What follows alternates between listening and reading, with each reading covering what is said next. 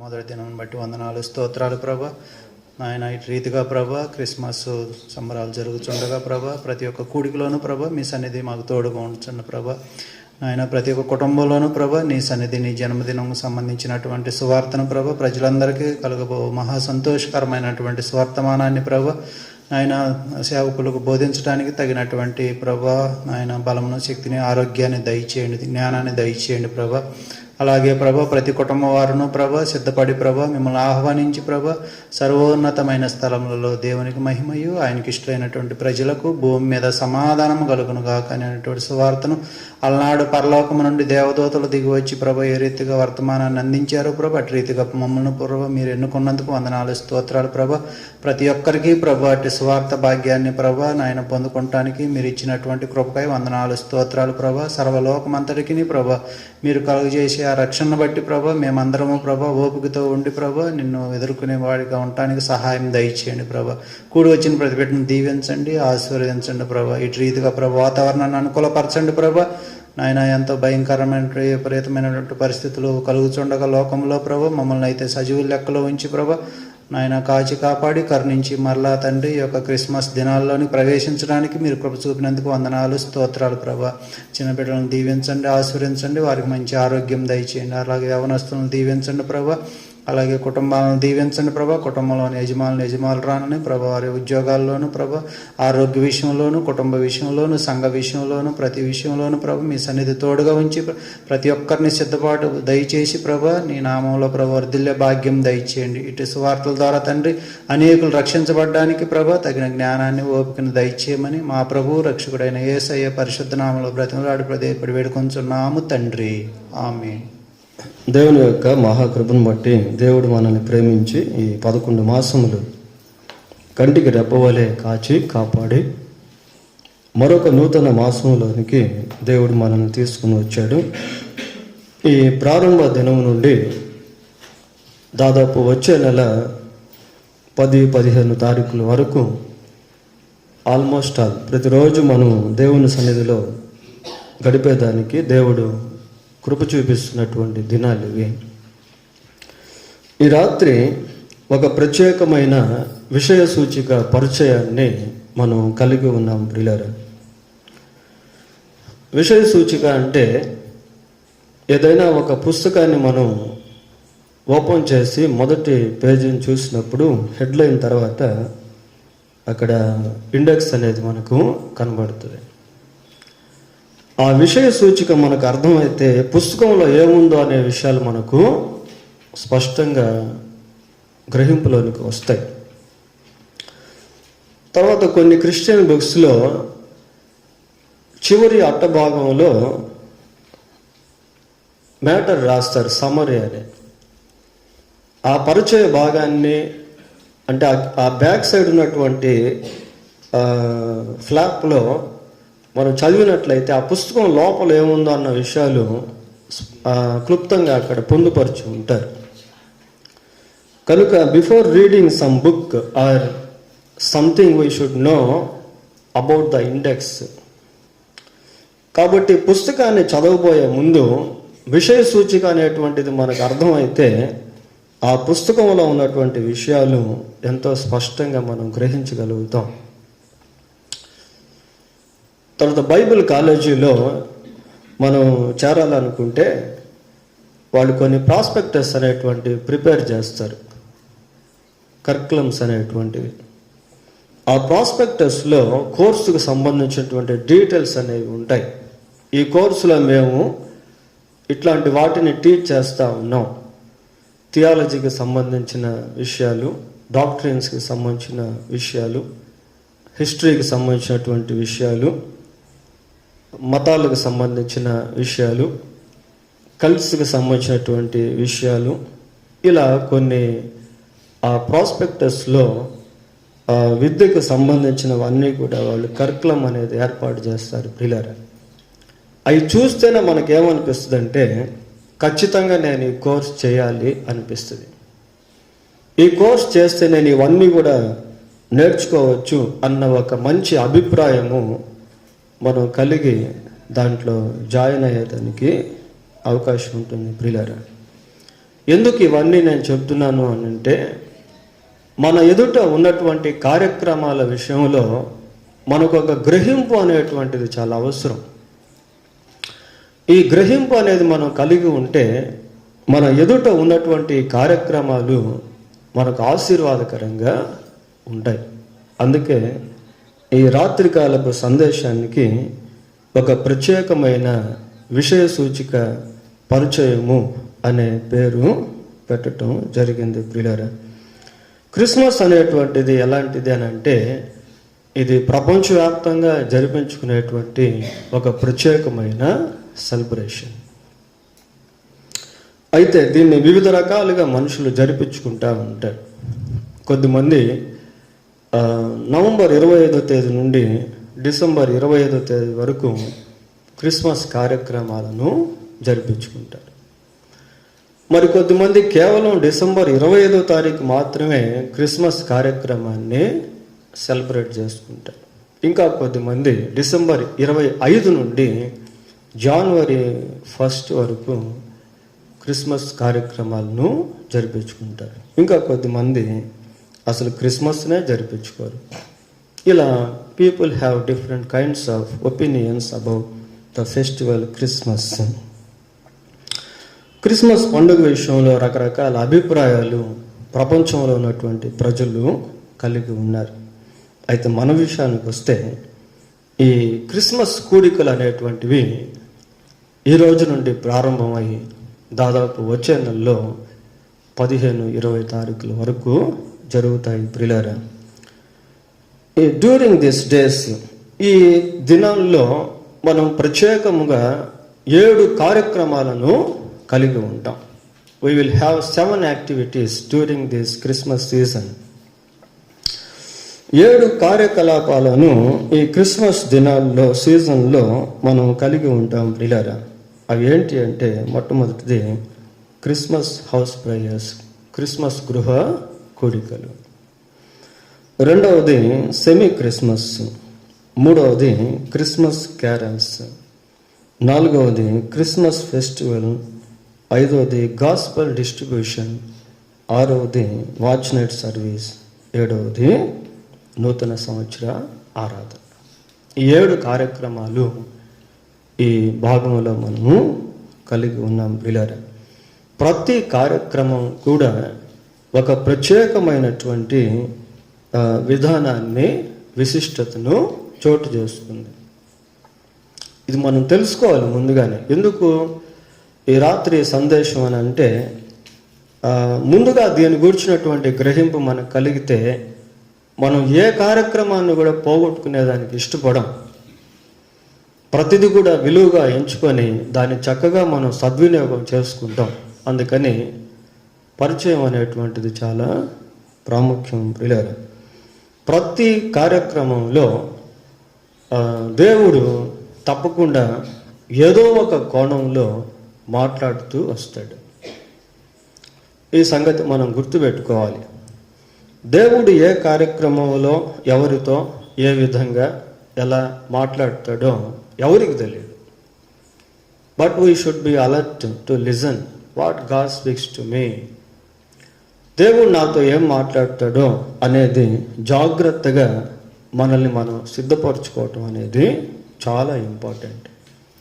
ఇవేదో ఒక ఆనవాయితీగా, అలవాటు పరంగా, యాంత్రికంగా జరిపించుకుంటూ ఉన్నట్లయితే మన జీవితాల్లో ఆ పరివర్తన అనేది రాదు.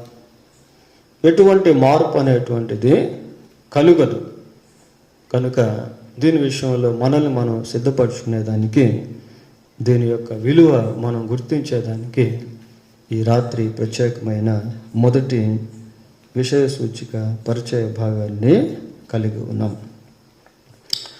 మొదటిది క్రిస్మస్ గృహ కోడికలైతే, రెండవది సెమీ క్రిస్మస్ కార్యక్రమం. ఈ సెమీ క్రిస్మస్ ప్రోగ్రాంలో స్పెషల్ స్పీకర్, ప్రత్యేకమైనటువంటి ఉపదేశకులు, సేవకులు మన మధ్యకు వస్తారు. అలాగనే ఆ రోజు ప్రత్యేకమైనటువంటి పాటలు కూడా క్రిస్మస్కి సంబంధించినవి మనము పాడుతాం.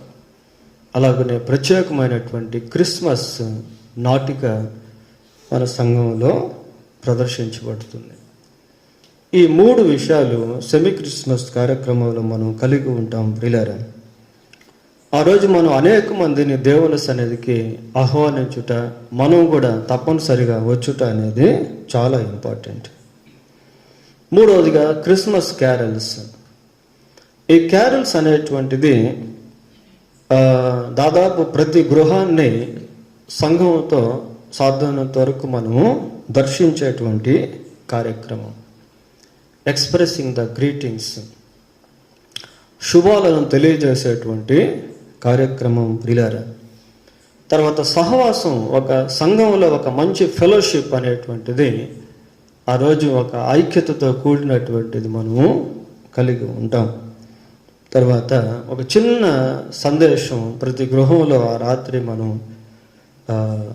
షార్ట్ అండ్ స్వీట్, క్లుప్త సందేశాన్ని మనము చెప్పుకోవడం అనేది జరుగుతుంది ప్రియులారా. దేవుణ్ణి ఆరాధిస్తూ ఆ రాత్రి మనం దేవుని సన్నిధిలో గడిపేటువంటి ఒక మంచి అనుభవంతో కూడినదిగా అది ఉంటుంది. తర్వాత 4వదిగా క్రిస్మస్ ఆరాధన, క్రీస్తుని ఆరాధించేటువంటి దినం. ఇది చాలా ప్రాముఖ్యమైనటువంటిదిగా ఉంటుంది ప్రియులారా. అది మనకెంతో ఆనందకరమైనటువంటి, ఆహ్లాదకరమైనటువంటి ఒక గొప్ప ఫెస్టివల్.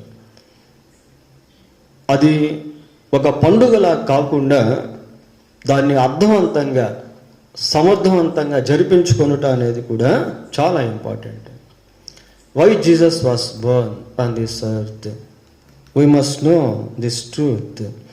ఎందుకు యేసుక్రీస్తు ఈ భూమి మీద జన్మించాడు అన్న ఆ సత్యాన్ని మనం ఖచ్చితంగా తెలుసుకొని తీరాలి.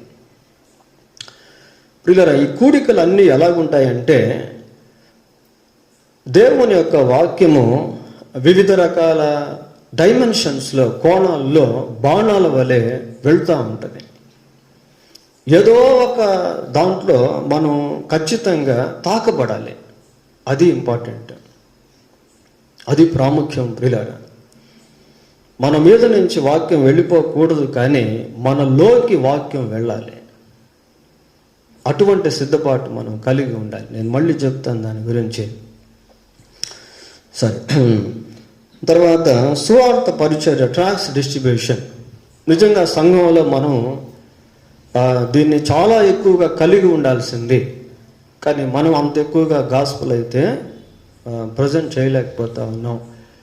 అయితే ఆ రోజు దేవుని చిత్తం అయితే కొన్ని సువార్త కరిపత్రికలు అన్యులకు మనం ఇచ్చేదానికి కార్యక్రమాన్ని కలిగి ఉంటాం ప్రియులారా. ఇది ఒక మంచి బ్లెస్సింగ్ అకేషన్, మినిస్ట్రీ, ఆశీర్వాదకరమైనటువంటి పరిచర్య, దేవుణ్ణి సంతోషపెట్టేటువంటి పరిచర్య. కేవలం ఈ కూడికలు మన పరిధిలో మాత్రమే కాకుండా సువార్త ఇతరులకు కూడా మనం పంచిపెట్టేటువంటి ఒక సదావకాశంగా దాన్ని మనము కలిగి ఉన్నాం. తర్వాత వాచ్ నైట్ సర్వీస్ అనేటువంటిది కూడా చాలా ప్రాముఖ్యమైనటువంటిదిగా ఉంటుంది. దాంట్లో అది ఎందుకు మనం కలిగి ఉన్నాము అంటే, దాంట్లో సెల్ఫ్ ఎగ్జామినేషన్ అనేటువంటిది ఉంటుంది. సెల్ఫ్ ఎగ్జామినేషన్ అంటే ఎవరికి వారే వారిని గురించి పరీక్షించుకోవడం. తర్వాత సెల్ఫ్ ప్రిపరేషన్, ఎవరికి వారే తన గురించి తాను సిద్ధపరచుకోవడం. తర్వాత నూతన తీర్మానాన్ని కలిగి నూతన సంవత్సరంలోనికి ప్రవేశించేదానికి, అలాగనే పాత సంవత్సరంలో నుండి క్రొత్త సంవత్సరంలోనికి దేవుని సన్నిధిలో ఉండి అడుగు పెట్టేదానికి అదొక మంచి సంఘటన ప్రియులారా. అటువంటి కార్యక్రమాన్ని కూడా మనం మందిరంలో కలిగి ఉన్నాం. 7వదిగా నూతన సంవత్సర ఆరాధన. ఈ ఆరాధనలో ఒక మంచి బూస్టింగ్ మెసేజ్ అనేటువంటిది దేవుడు మనకి ఇస్తాడు. ఆ సంవత్సరంలో మనం ఏ విధంగా జీవించాలి, దేవుడు మనకిచ్చేటువంటి అవకాశాలు, దేవుడు మనకిచ్చేటువంటి సమయం, దేవుడు మనకిచ్చినటువంటి వనరులు, దేవుడు మనకిచ్చినటువంటి కుటుంబాలు, ఇలాంటి విషయాల్లో, ఇంకా అనేక వాటికి సంబంధించిన విషయాల్లో ఒక మంచి సందేశాన్ని దేవుడు మనకు ఇస్తాడు ప్రియులారా. ఈ రీతిగా మనం ఈ కార్యక్రమాలను కలిగి ఉన్నాం. సరే, ఈ కార్యక్రమాలన్నింటిలో మేజర్ పార్ట్ ఏంటి అని అంటే క్రిస్మస్ గృహ కూడికలు. ఈ కూడికల్లో దాదాపు మనం ఒక 30 నుంచి 35 సందేశాలు వినబోతూ ఉన్నాం.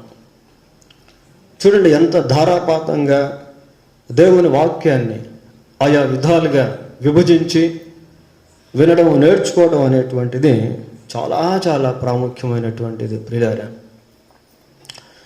ఈ సందేశాల్లో మనం వినబోయేటువంటి విషయాలు ఎలాంటివో అన్న వాటిని మీకు కొంత నేను పరిచయం చేస్తాను ప్రియులారా. ఈ పోర్షన్ చాలా ప్రాముఖ్యమైనది. ఈ 30 నుంచి 35 సందేశాల్లో మనం వినబోవచ్చినటువంటి అంశాలు చాలా ప్రాముఖ్యమైనటువంటివిగా ఉంటాయి. దాంట్లో మొదటిది ఏంటి అంటే ప్రాఫెసీస్ అండ్ ఫుల్ఫిల్మెంట్స్, ప్రవచనాలు, వాటి యొక్క నెరవేర్పులు.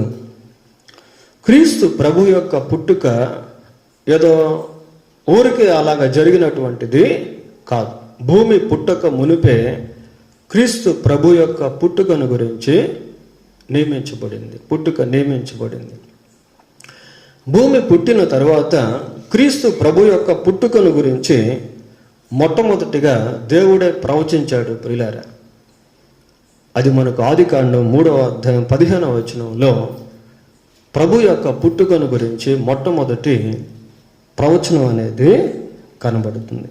ఆ తర్వాత మరి మలాకీ గ్రంథం వరకు ఆయా భాగాల్లో ప్రభు యొక్క పుట్టుకను గురించి అనేక విషయాలు ప్రవచించబడ్డాయి. యేసుక్రీస్తు ఎప్పుడు జన్మిస్తాడు, యేసుక్రీస్తు ఎక్కడ జన్మిస్తాడు, యేసుక్రీస్తు ఎలా జన్మిస్తాడు, యేసుక్రీస్తు ఎందుకు జన్మిస్తాడు, యేసుక్రీస్తు ఏ వంశంలో జన్మిస్తాడు, ఏ గోత్రంలో జన్మిస్తాడు, యేసుక్రీస్తు ఏ కాలంలో జన్మిస్తాడు, ఏ ప్రాంతంలో జన్మిస్తాడు, ఏ గ్రామంలో జన్మిస్తాడు, ఎవరికి జన్మిస్తాడు, జన్మించిన పిమ్మట ఆయనకి ఏ పేరు పెట్టబడుతుంది, ఆయన పుట్టినప్పుడు లోకంలో పరిస్థితులు ఎలాగుంటాయి, పుట్టిన తర్వాత పరిస్థితులు ఎలాగుంటాయి, ఇలాంటి అనేక విషయాలు ప్రభు యొక్క పుట్టుకను గురించిన ప్రవచనాలు, వాటి యొక్క నెరవేర్పులు ఈ సందేశాల్లో మనం ఎక్కడో ఒక దగ్గర గమనిస్తానే వస్తాం ప్రియులారా. ఈ సందేశాలు మనం జాగ్రత్తగా విన్నట్లయితే there is an amazing chance for us to produce the gospel of Christ to the people who don't know about Jesus Christ.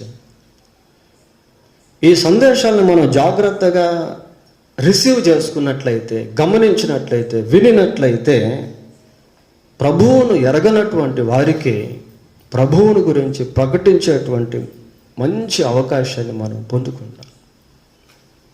So we need to have the interest and concentration for listening God. ఊరికే ఏదో ఆషామాషిగా రావడం, పోవడం, meeting పెట్టుకున్నామంటే పెట్టుకోవడం, ఇది కాదు ప్రియులారా. We must have a purpose, we must have an understanding, comprehensing. ఇవన్నీ మనకు కావాలి. గ్రహింపు కావాలి, ఏకాగ్రత కావాలి. మనం బయట కూడా కొన్ని ప్రాంతాల్లో దేవుని చిత్తం అయితే కూడికలు ఏర్పాటు చేస్తాం. ఇతరులకు దేవుని యొక్క వాక్యాన్ని అందించేదానికి ఇది ఒక మంచి అవకాశంగా మనము కలిగి ఉన్నాం. సరే, ఇంకా ఈ గృహ కూడికల్లో నీ సందేశాల్లో ఉన్న విషయాలు ఏంటి అని అంటే గాడ్లీ ఫ్యామిలీస్, దైవ భక్తికి సంబంధించిన కుటుంబాలు, వీటిని కూడా మనం పరిచయం చేసుకుంటాం ప్రియులారా. ఈ కుటుంబాల్లో ఎవరెవరు ఉన్నారు అంటే అబ్రహాము, శారా ఉన్నారు. ఈ కుటుంబాల్లో ఇస్సాకు, రెబెకా ఉన్నారు. యాకోబు, లేయా, రాహేలు ఉన్నారు. ఇంకా ఈ కుటుంబాల్లో మరి యూదా తామారు ఉన్నారు, సల్మాను రాహాబు ఉన్నారు, బోయజు రూతు ఉన్నారు, దావీదు బత్షెబ ఉన్నారు, జకరియా ఎలిజబెత్ ఉన్నారు, యోసేపు మరియా ఉన్నారు. చూడండి, ఫ్యామిలీ ట్రీ. మధ్యలో ఎక్కడో ఒక దగ్గర కుటుంబాలకు సంబంధించినటువంటి సందేశాలు కూడా మనం ధ్యానం చేస్తాం ప్రియారా.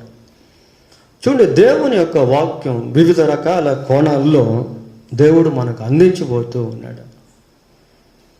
నేను ఎందుకు ఈ విషయం చెప్తున్నానంటే, కుటుంబ పరంగా దేవుని సన్నిధికి రావాలి, ఇది చాలా అవసరం. ఎంతోమందికి విలువ తెలియకపోవటం వల్ల వారు దేవుని సన్నిధికి రారు గనుక వారి కుటుంబాలను కట్టుకోలేరు ప్రియులారా. కనుక మధ్యలో కుటుంబ సందేశాలు అనేటువంటివి ఈ క్రిస్మస్ గృహ కూడికల్లో మనము కలిగి ఉంటాం. తర్వాత ఇంకా మనకు ఈ పోర్షన్లో kings in history related to the birth of Christ. మూడవదిగా యేసుక్రీస్తు యొక్క పుట్టుకలో కనిపించే రాజుల చరిత్ర. చాలామంది రాజులు మనకు కనబడతారు ప్రియులారా. సొలొమోను కనిపిస్తాడు, రెహబాము కనిపిస్తాడు, అబియా కనిపిస్తాడు, ఆసా కనిపిస్తాడు, యెహోషాపాతు కనిపిస్తాడు, యెహోరాము, ఉజ్జియా, యోతాము, ఆహాజు, హిజ్కియా, మనష్షే, ఆమోను, యోషియా, యొకన్య, ఇలా ఎంతోమంది రాజులు మనకు కనిపిస్తారు. ఇంకా భక్తులు, ప్రవక్తలు, యాజకులు అనబడేటువంటి వాళ్ళు కూడా కనిపిస్తారు. ఇలాంటి భాగాల్లో కూడా మనం అనేకమైనవి ధ్యానం చేయబోతూ ఉన్నాం. తర్వాత నాలుగోదిగా personal application from persons lifes. వ్యక్తిగత జీవితాల్లో నుండి మన వ్యక్తిగత జీవితానికి అన్వయించుకునే విషయాలు. వ్యక్తిగత జీవితాల నుండి మన వ్యక్తిగత జీవితానికి అన్వయించుకునేటువంటి విషయాలు ఇవి కూడా మనం కవర్ చేస్తాం. దీంట్లో ఎవరెవరు ఉంటారు అంటే, వ్యక్తిగతంగా కనిపించేవాళ్ళు సుమేయును ఒక్కడే కనిపిస్తాడు. భార్య ఎవరో తెలియదు, కుటుంబం ఏంటో తెలియదు, ఒకే వ్యక్తి. ఆ వ్యక్తిలో అనేక విశిష్టతలు అనేవి దాగి ఉన్నాయి. ఈ పర్సనల్ లైఫ్ అనేది చాలా ఇంపార్టెంట్ ప్రియులారా. నీ వ్యక్తిగత జీవితం కరెక్ట్గా ఉన్నట్లయితే దాన్ని దేవుడు ఒక విత్తనంలా చేసి ఫలింపజేస్తాడు. వెలుగుతున్న కాగడ ద్వారా అనేక కాగడలు వెలిగించబడతాయి. So personal life is most important. ఈ వ్యక్తిగత జీవితంలో అన్న అనేటువంటి స్త్రీ మనకు కనబడుతుంది. ప్రియులారా, స్త్రీలు వ్యక్తిగతంగా వారి జీవితాల్లో బలపరుచుకోవడం, ప్రభువుకు సమీపంగా ఉండడం, ప్రభు కొరకు జీవించడం, ఇవి చాలా ఇంపార్టెంట్. ఈ మోడర్న్ డేస్ ఎలాంటివి అంటే, స్త్రీల్లో మునుపున్నంత సహనం కానీ, మునుపున్నంత ఓర్పు కానీ, ఓపిక కానీ ఇప్పుడు కనబడటం లేదు. ప్రియులారా, short temper, emotion spirit, hurry burry, ఇలాంటి ఎన్నో స్త్రీలలో పనిచేస్తూ ఉన్నాయి. యవనస్తుల్లో, పిల్లల్లో ఇలా. కనుక అన్న యొక్క జీవితం స్త్రీ జీవితానికి ఒక ఆదర్శం, వ్యక్తిగత జీవితం. తర్వాత జాన్ ద బాప్టిస్ట్ ఇచ్చి యోహాను ఒక్కడే తన వ్యక్తిగత జీవితంలో ఎలాగుండేవాడు అనే విషయాలు కూడా మనం పరిశీలిస్తాం. తర్వాత మన జీవితానికి కనువిప్పుగా హేరోదు జీవితం. హేరోదు కూడా ఒక్కడే. ఈ హేరోదు గురించి క్రిస్మస్ దినాల్లో ఖచ్చితంగా ఎక్కడో ఒక దగ్గర మనం ధ్యానం చేయటం అనేది జరుగుతుంది. Even though he was given a good life, he could not leave it as a good life. హేరోదుకు మంచి జీవితం ఇవ్వబడినప్పటికీ మంచి జీవితాన్ని జీవించలేకపోయాడు. ప్రియులారా, కనుక హేరోదు యొక్క జీవితం మన జీవితానికి, వ్యక్తిగత జీవితానికి ఒక కనువిప్పు లాంటిది.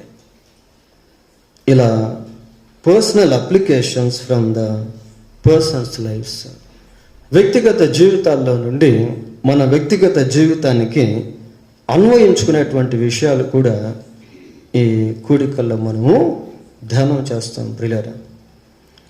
తర్వాత 5వదిగా groups of people for building a group for Jesus.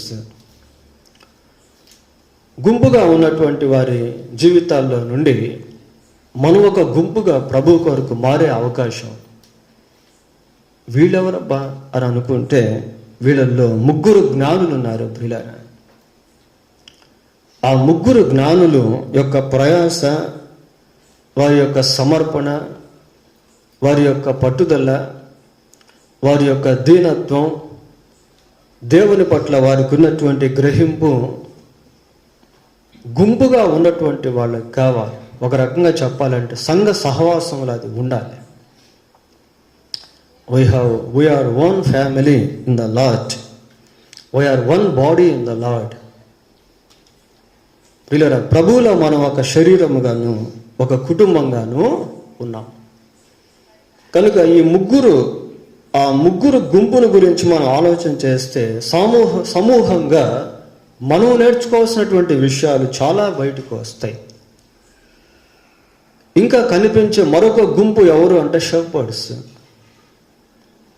గొర్రెల కాపర్లు. వాళ్ళు కూడా క్రిస్మస్ దినాల్లో మనకు కనిపిస్తారు. వాళ్ళలో ఉన్నటువంటి యూనిటీ, వాళ్ళలో ఉన్నటువంటి డివైనిటీ, ప్రియులారా, దైవిక సంబంధమైనటువంటి విషయాలు, ఐక్యతకు సంబంధించినటువంటి విషయాలు, దీనత్వానికి సంబంధించినటువంటి విషయాలు, ప్రభువుని గురించి ప్రకటించాలనేటువంటి భారము, ప్రియులారా, ఇవన్నీ కూడా మనము నేర్చుకోవచ్చు. ఇది కూడా చాలా ఇంపార్టెంట్. తర్వాత ఇంకా మనం ఏం నేర్చుకుంటామంటే 6వదిగా the ministry of unseen angels, కనిపించని దేవదూతల పరిచర్యలు. ఇది కూడా మనము చూస్తాం ప్రియులారా. ఇందులో గాబ్రియలు దూత కనబడతాడు. తర్వాత ఏంజల్ ఆఫ్ ద లార్డ్, ప్రభు యొక్క దూతను మనము చూడవచ్చు. ద హెవెన్లీ హోస్ట్, పరలోక సైన్య సమూహమును మనము చూడవచ్చు. నిజంగా ఇవన్నీ ఆలోచిస్తే ఇన్ని మనం ధ్యానం చేస్తామా, ఇన్ని ఉన్నాయా అసలు క్రిస్మస్లో అన్నట్టు అనిపిస్తుంది ప్రియులారా. ఇంకా చాలా ఉన్నాయి, మనం చెప్పుకునేది కొన్నే. తర్వాత 7వదిగా ద మిస్టోరియస్ థింగ్స్, థియాలజీ, దైవ శాస్త్రానికి సంబంధించినటువంటి మర్మములతో కూడిన అనేక విషయాలు కూడా మనం క్రిస్మస్ దినాల్లో నేర్చుకుంటాం ప్రియులారా. అవి ఎలాంటివి అని అంటే, గాడ్ బికేమ్ ఏ మ్యాన్, దేవుడు ఒక మనిషిగా మారుట. దేవుని గురించి మనం ఆలోచిస్తే ఆయన ఆకాశ మహాకాశములు పట్టజాలడు. ఆకాశ మహాకాశములు పట్టజాలనంత గొప్ప దేవుడు ఈ భూగ్రహంపైకి రావటం, ఈ భూగ్రహంలో మరి తల్లి గర్భంలోనికి రావటం అనేటువంటిది చాలా విచిత్రమైనటువంటి విషయం ప్రియులారా.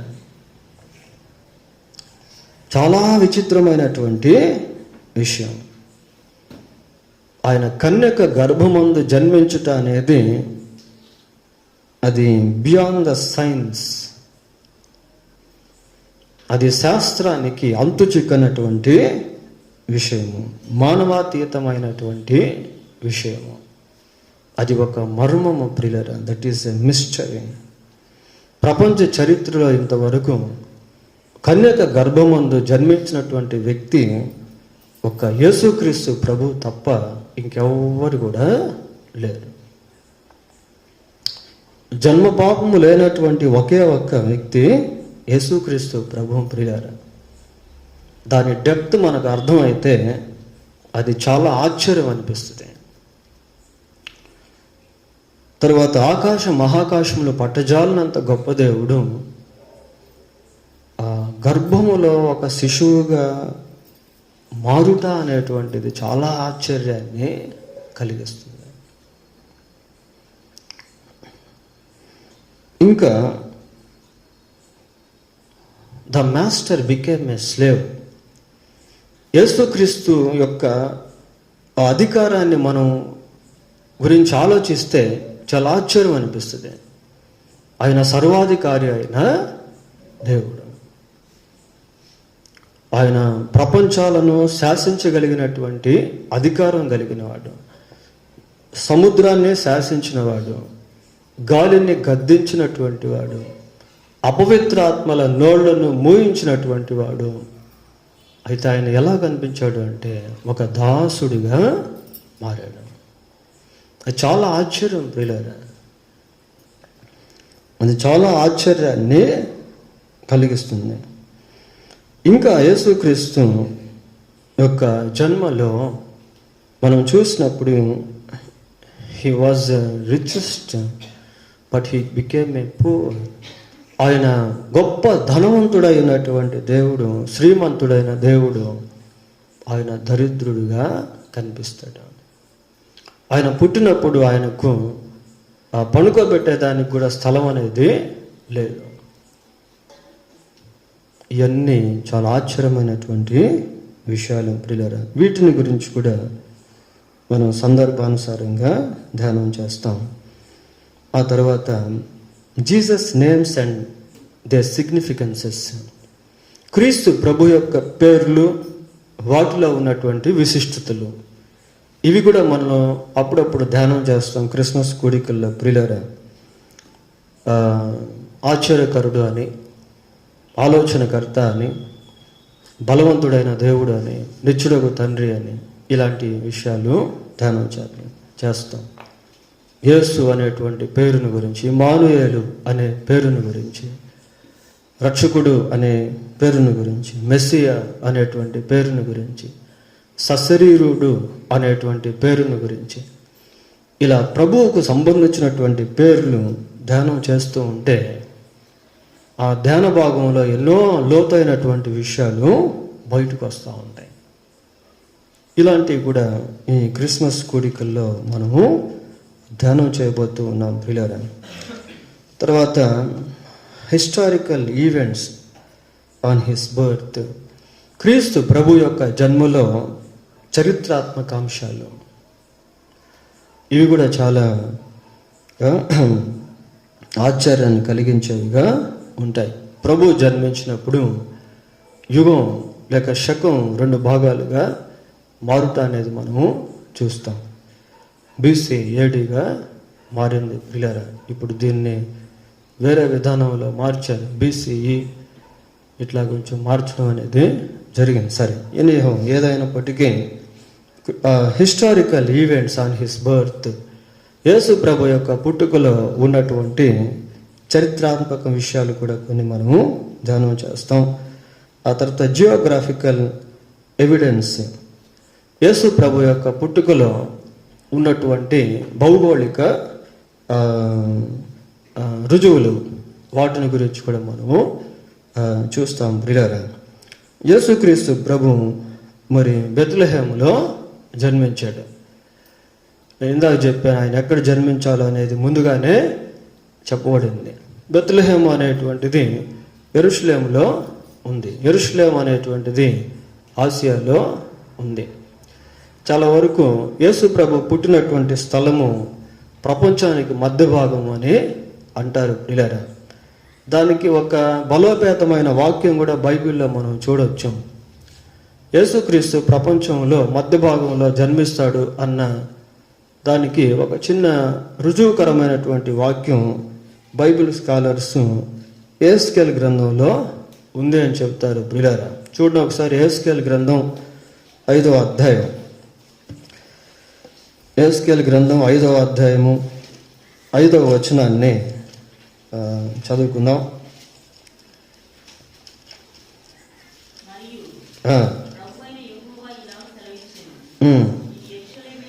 ఇది యెరూషలేమే కదా, అన్యజనుల మధ్య నేను దాన్ని అమ్మా మళ్ళా చదవండి. నేను దాన్ని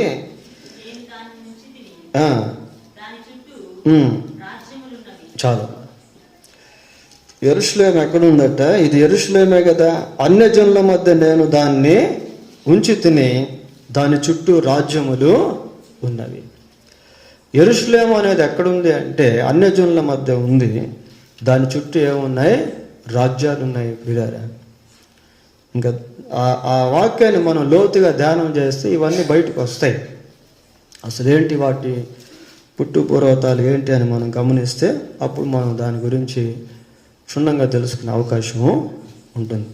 సరే, కాబట్టి ఇంకా అనేక రుజువులు యేసు ప్రభు జన్మించాడు పలానా ప్రాంతంలో అనేదానికి, ఆయన తిరిగిన ప్రాంతాలు, సిలువ వేయబడిన స్థలము, ఇవన్నీ కూడా జియోగ్రాఫికల్గా, భౌగోళికంగా అనేక రుజువులతో కూడి ఉన్నాయి. తర్వాత ఈ క్రిస్మస్ గృహకోడికల్లో మళ్ళీ మనకు కనిపించే ఇంకొక అంశం ఏంటంటే special focus on the holy ghost during the birth of Christ. యేసుక్రీస్తు యొక్క పుట్టుక సమయంలో పరిశుద్ధాత్మకు సంబంధించిన ఒక ప్రత్యేకమైన దృష్టి కూడా మనం కలిగి ఉంటాం.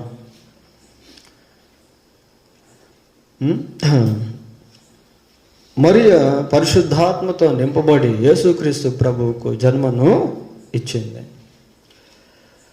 అలాగనే జకర్యా పరిశుద్ధాత్మతో నింపబడినట్టు మనం లూకాసు వార్త 1వ అధ్యాయంలో చూస్తాం. ఎలిజబెత్ పరిశుద్ధాత్మతో నింపబడినట్టు లూకాసు వార్తలో మనకు కనబడుతుంది. బాప్తిస్మిచ్చి యోహాను పరిశుద్ధాత్మతో నింపబడినట్టు లూకాసు వార్తలోనే మనం చూస్తాం. సుమేయోను పరిశుద్ధాత్మతో నింపబడినట్టు లూకాసు వార్తలో మనకు కనబడుతుంది.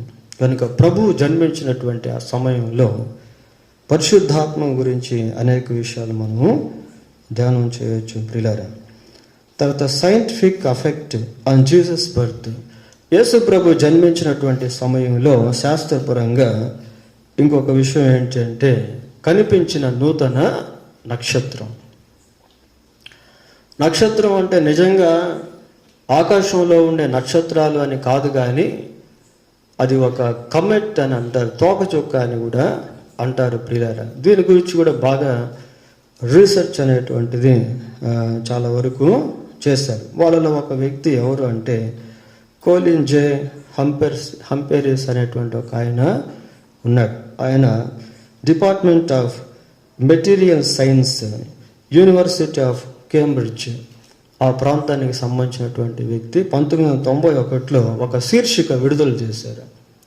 ఆ శీర్షికలో మరి యేసుక్రీస్తు జన్మించినటువంటి సమయంలో కనిపించినటువంటి తోకచుక్కని గురించి చెప్పడం అనేది జరిగింది ప్రియులారా. క్రీస్తుకు పూర్వం 6లో 7లో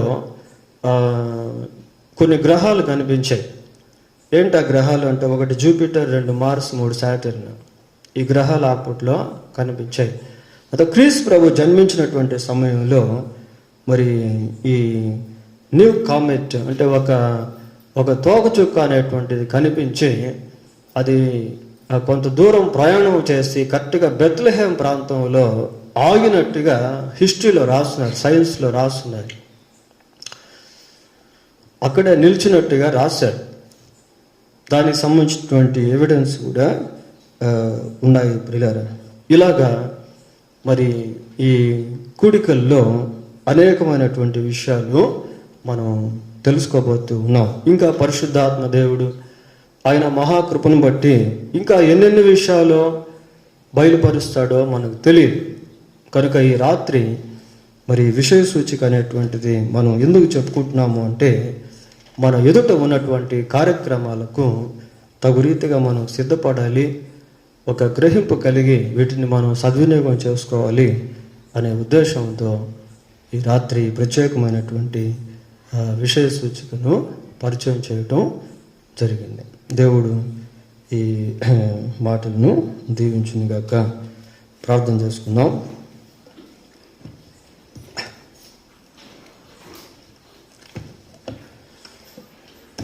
ప్రార్థన.